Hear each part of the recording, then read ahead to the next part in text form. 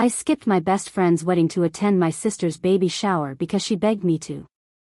When I got there, I found out it was a joke. She hadn't even invited me. It was a prank they all laughed about. I stood alone holding a gift bag. 1 year later, they were all begging for my help when their perfect lives started crumbling, but I was already long gone. I'm 33, single, a trauma and neonatal nurse, and currently living alone in a small apartment in Asheville, North Carolina with my dog. My circle is small now. Very small. By choice. This story starts last year, back when I still lived in Athens, Georgia.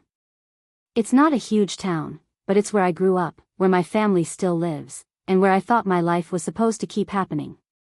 I used to think I was close with my sister, Tessa. And Danielle, my best friend since middle school. I thought I'd be her maid of honor one day. Turns out, none of them saw me that way. Let me explain how it all blew up. Tessa and I have never been close in the emotional sense. She was always the golden child, the one who got straight teeth without braces, the one who didn't have to work part-time through college, the one our mom talked about at church like she was royalty. Meanwhile, I was the one who got calls like, "Can you help your sister move?" Or, "Tessa needs a sitter on Friday night," or, "Your sister's car broke down, can you drive her to work?" I did all of it. No questions asked. Even when it meant missing things in my own life. So when Tessa got pregnant, the family lost their minds with excitement. I congratulated her, of course. I smiled. I bought her prenatal vitamins. I drove her to 2 OB appointments when Mason, her husband, had work stuff. It wasn't jealousy. It was exhaustion. Around the same time, Danielle called me up with the news I'd been waiting for since we were 15. She was getting married. Beach wedding. Small but fancy. Savannah. Her fiancé, Jeremy, was a corporate guy, quiet, polite, but clearly obsessed with her. She was glowing. I was genuinely happy for her. She asked me to be in the bridal party, not maid of honor, but I didn't care. I said yes right away. I helped her with the registry, ran around town looking at table decorations with her, even sat with her while she cried about the guest list drama. That's what friends do. The wedding was set for June 17th. I requested time off from work months ahead. Booked a room. Bought a soft blue dress that matched her beachy theme. I was counting down the days. Then, 2 weeks before the wedding, I got a call from Tessa. She sounded off. "Ratch," she said, "I need you to come to the baby shower." We had to move it to the same weekend. What? I asked. Why would you do that? You know that's Danielle's wedding. I know, she said quickly. But Mason's parents are flying in from Denver and it's the only time that works for them. It's just one weekend. I really need you there. I paused. Tessa, you know how important this is. I've been planning this with her for months. This isn't a dinner or a game night. It's her wedding. She got quiet for a second. Then she said, "I'm your sister. You can't choose a friend over me. That's just messed up." That sentence hit harder than she probably realized. I've spent years being her backup. The idea of finally doing something for myself, for someone else, and then being guilt out of it, I should have said no. I should have stood firm. But instead, I said, "All right. I'll come." She gave me a soft, "thank you," like she was doing me a favor, and that was that. I texted Danielle later that night. "Hey. I hate to do this, but my sister moved her baby shower to the same weekend. She's pregnant and it's the only date Mason's family can be there. I'm really sorry." It took her hours to reply. "Wow. Didn't think you'd bail." I tried to explain. I really did. She left me on read. That silence hurt more than I expected. 2 weeks later, I pulled into my parents' driveway with a big white gift bag in the passenger seat. Inside were handmade booties I bought off Etsy, a little stuffed lamb, and a book called I'll Love You Forever that made me cry every time I read it. The backyard was decorated with pink balloons, folding tables, trays of cupcakes. I walked in, smiling awkwardly, not seeing many familiar faces. But I didn't panic. I figured I was early. Then I spotted Tessa on the back porch, drink in hand, laughing with a group of women. "Hey," I called out. She turned, blinked, and then grinned like she'd just seen something hilarious. "No way," she said. "You actually came." I stood there, confused. "Yeah, you told me to." She burst out laughing, and then so did Mason, and a couple of her friends I barely recognized. "Oh my God," she said between laughs, "I was joking, Rachel. We're not having the shower today. I just wanted to see if you'd really ditched Danielle's wedding." My mouth went dry. "What?" "It was just a prank," one of her friends added. "She didn't think you'd actually come. This is just a cookout. We were dying to see if you'd fall for it." I looked around. There was no registry table. No stack of presents. No party games. No baby theme beyond the balloons. "Are you serious?" I asked. My voice shook a little. Tessa waved a hand like it was no big deal. "Relax. We're doing the real shower next month. You can come to that. It was just a joke." A joke. I had skipped my best friend's wedding, burned a bridge, bought a heartfelt gift for a joke. My mom came out from inside with a tray of lemonade and paused when she saw me. "Oh. You made it," she said, like she wasn't even expecting me. I put the gift bag on the nearest table. No one thanked me. No one asked me to stay. So I walked back to my car. Quietly. No yelling. No drama. Just got in and drove. I didn't go home. I checked into a hotel and cried in the shower for an hour. That night, I texted Danielle, "You were right. I should have been there. I'm so sorry." She never replied. After that day, something in me shut down. I didn't call anyone. Didn't answer texts. My parents tried a few times, mostly my mom saying things like, "Tessa didn't mean anything by it," or, "She just has a weird sense of humor." I didn't reply. I didn't even open the messages. I left the gift bag behind and never asked for it back. 2 weeks later, Tessa sent me an invite to the real baby shower. Like nothing had happened. I didn't go. They were shocked. My mom even left a voicemail saying, "Don't hold a grudge, Rachel. Family's family." That sentence pissed me off more than anything. If family's family, why treat me like garbage? Why laugh at me like I'm some idiot extra in their little comedy show? I wasn't a part of that family anymore. I realized it in pieces, and then all at once.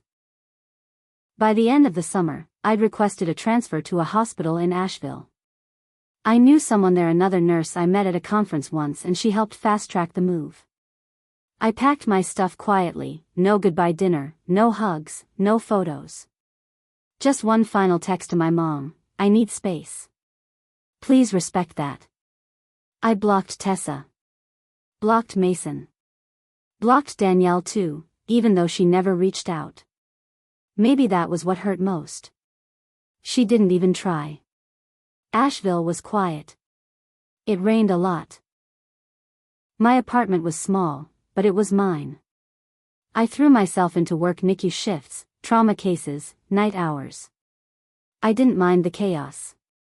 It kept my mind from drifting. I started hiking on my off days. Adopted an old pit mix named Grover from the shelter. He limped from an old injury, but he was gentle and didn't leave my side. Kind of like me, in a way hurt but still loyal. Months passed. Then one day, in early spring, I got a new friend request on Facebook. It was Danielle. I stared at it for a long time. I didn't click accept. But I didn't delete it either. A few days later, I got an email from her. She'd found my work address somehow. The message was short. Hey Ratch. I know I messed up. I didn't know what Tessa did until later. I'm sorry. I hope you're okay. I really need someone to talk to. I didn't answer. I didn't trust it. A week after that, my mom called my work phone. I hadn't given her the number. I guess she found it online. I let it go to voicemail. This time she was crying. Tessa had the baby. It's bad. Real bad. The baby's in the NICU. They need you. We need you. Please come home. The old me would have dropped everything. Got in the car. Rushed to help. But this wasn't the old me. I was working in a NICU. Every day I helped mothers and fathers fight for their babies' lives. I trained for this. I bled for this. And now they needed what I had, the thing they never saw as valuable before. It wasn't about me being their daughter or sister. It was about them suddenly realizing I was useful. That's all I ever was to them. Useful. 2 days later, I saw a post from Tessa on Facebook. Someone had screenshotted it and sent it to me from an anonymous email. Please pray for my daughter. She's a fighter. We're waiting on a miracle. There were over 300 comments. But all I could focus on was one reply under the post. Danielle. Sending you love, girl. You're one of the strongest moms I know. That's when it all clicked. They were still close. Danielle, who once said I was her sister. Who cried in my lap over college boyfriends. Who I bailed on my own plans for, time and time again. She was still friends with Tessa. She knew what happened that day. She knew it wasn't just a mistake or misunderstanding. She knew my own sister humiliated me. And she still chose her. I closed the email and took Grover for a walk. The mountain air was cold, but it felt good on my face. Clean. Honest. The messages didn't stop. Tessa's husband emailed me. My mom called again, this time begging. Even my dad, who never got involved in emotional stuff, sent a text that said, "Your sister's scared. We don't know what to do. Please help." I sat there staring at it. They wanted me back. Not because they missed me. Not because they loved me. But because I had something they needed. They all took me for granted until life started kicking them in the teeth. And now that things weren't so perfect, they suddenly remembered I existed. But I had news for them. They were a year too late. I thought ignoring them would make them go away. But they didn't. It only made them try harder. 2 weeks after that last text from my dad, I came home after a long double shift. I had blood on my shoes, a stiff neck, and a migraine pressing against my temples. I dropped my keys on the counter and noticed something strange, a letter sitting on the floor just inside the door. No stamp. Handwritten envelope. It was from Danielle. She had come to my apartment. I didn't even know how she found out where I lived. My address wasn't on social media. It wasn't public anywhere. She must have asked someone at the hospital or dug into records. That part shook me up more than I want to admit. The letter was 4 pages long. The first 2 were a mess of, "I miss you, I didn't know what your sister really did, I was dealing with my own problems, and, please don't shut me out." But the second half? That's where it got interesting. She confessed Jeremy had cleaned out their savings account and vanished. He'd been cheating with someone he met on work trips. She was trying to finalize the divorce, but it turned out everything, even the house, had been in his name. Her credit was wrecked. She had to move back in with her parents. And guess who she turned to for support? Tessa. Apparently, after my dramatic disappearance, as they like to call it, they bonded. Grew close. Trauma sisters or some garbage like that. They went to mommy yoga together, shared Pinterest boards, talked about fake people who always play the victim. That one stung me, the victim. She ended the letter with, "You've always been stronger than both of us. I need you, Ratch. I'm drowning. Please." I threw the letter in the trash. Then I took it back out. I read it again. There was something she didn't realize she'd given away. Tessa had been gossiping about me behind my back for months, maybe longer. While I was ghosted, shut out, iced cold from every event and family moment, they were talking about me like I was some psycho that overreacted to a harmless prank. But it wasn't a prank. It was calculated. I had skipped my best friend's wedding because my sister begged me. She knew I would choose her. She wanted me to choose her just so she could laugh when I did. That was never a joke. That was a test. One she set up to prove a point. And now, after everything, they wanted me back. I didn't respond. A month later, my mom had a stroke. I found out through a mutual cousin on Facebook. She tagged me in a comment, asking if I'd heard what happened. That's how far I was from my family now. I didn't even get the news directly. I called the hospital anonymously to confirm. It was real. She was stable, but it wasn't minor. I sat in my apartment for a long time that night. Grover sat beside me with his head on my leg. My mom wasn't the ringleader, but she always stood back and let Tessa walk all over me. She never stuck up for me. Not once. Still, the idea of her lying in a hospital bed made me feel sick. I started to wonder, was I going too far? Had I become cold? Then I got another email from Mason. That pushed me right back to where I needed to be. He wrote, "Rachel, this is your chance to make things right with your family. You abandoned us when we needed you. Please don't do the same to your mother." He made me the villain. Like I was the one who left for no reason. Like I hadn't been used, laughed at, replaced, and discarded. It wasn't just one mistake. It was a pattern. A pattern of them only seeing me as good enough when I could serve them. Fix something. Solve something. Clean something up. Never to be loved. Never to be seen. The final twist came a few weeks later. I got a message on Instagram from a woman I didn't recognize. Her profile was private. Her name was Hannah. She wrote, "Hey. I know this is weird. I got your name through a friend. I think we should talk. It's about your sister's husband." I didn't answer right away. I stared at her message for hours. My gut told me this was either a scam or some new way to dig into my peace. But I finally replied, "What about him?" She answered within minutes. "He cheated on me." I didn't know he was married when we met. I blinked. "Wait. Who are you?"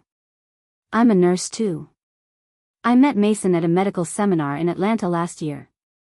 He said he was divorced. We hooked up. Stayed in touch. Then he ghosted me a month later. Found out through Facebook he was married with a baby." She sent a photo of them together. Sure enough, it was Mason with his arm around her in a hotel bar. The timestamp on the photo was 4 months after Tessa gave birth. She didn't know I was his sister-in-law. She just found my name after looking through his Facebook friends, saw my job in the city I worked in, and hoped I might respond. I thanked her and said nothing else. Then I sat in silence. That baby Tessa had?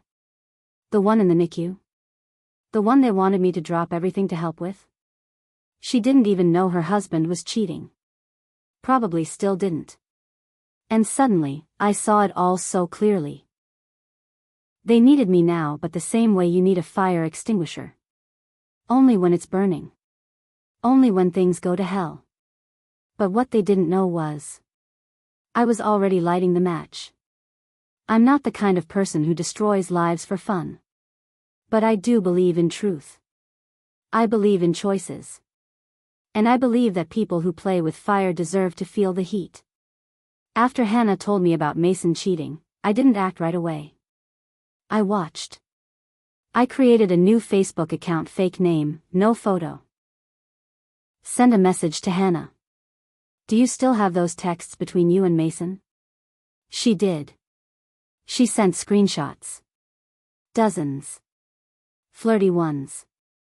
Sexual ones. Photos. Voice notes. Even one where he called Tessa, too busy being super mom to notice anything. That one made me feel cold all over. He joked about not knowing if the baby was even his because they weren't exactly connecting when she got pregnant. That was the moment I knew I was going to burn the whole thing down. Step 1 was easy. I printed out the screenshots. Clean format, no edits, all dates showing. I included the photo of them at the hotel bar and the timestamp. Then I mailed it to Tessa. No return address. No note. Just a manila envelope with the truth inside. I didn't hear anything for a week. Then Danielle messaged me again. This time, she was furious. Did you send Tessa that garbage? I didn't answer. She sent another. You ruined her marriage. She hasn't eaten in days. The baby's still in the hospital. What kind of sister are you? I smiled when I read it. Not because I wanted Tessa to suffer. I didn't. But because this was the same woman who stood laughing while I held a baby gift alone in a backyard, humiliated. The same woman who never once said sorry. Now she finally understood how it felt to be blindsided. How it felt to trust someone and get betrayed with a smile. How it felt to be laughed at behind your back. Tessa tried calling me a few days later. Voicemail only.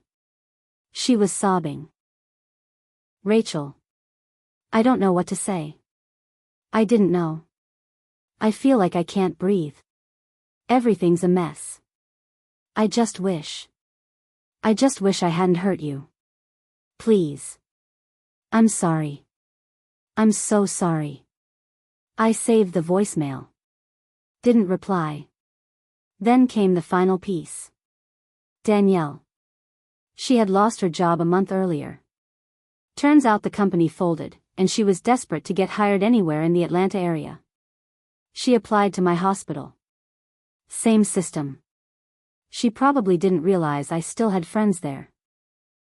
One of them texted me. Hey, didn't you know a Danielle C? She just interviewed for a patient care coordinator role. I texted back. Yes. I'd stay far away. Serious issues with confidentiality.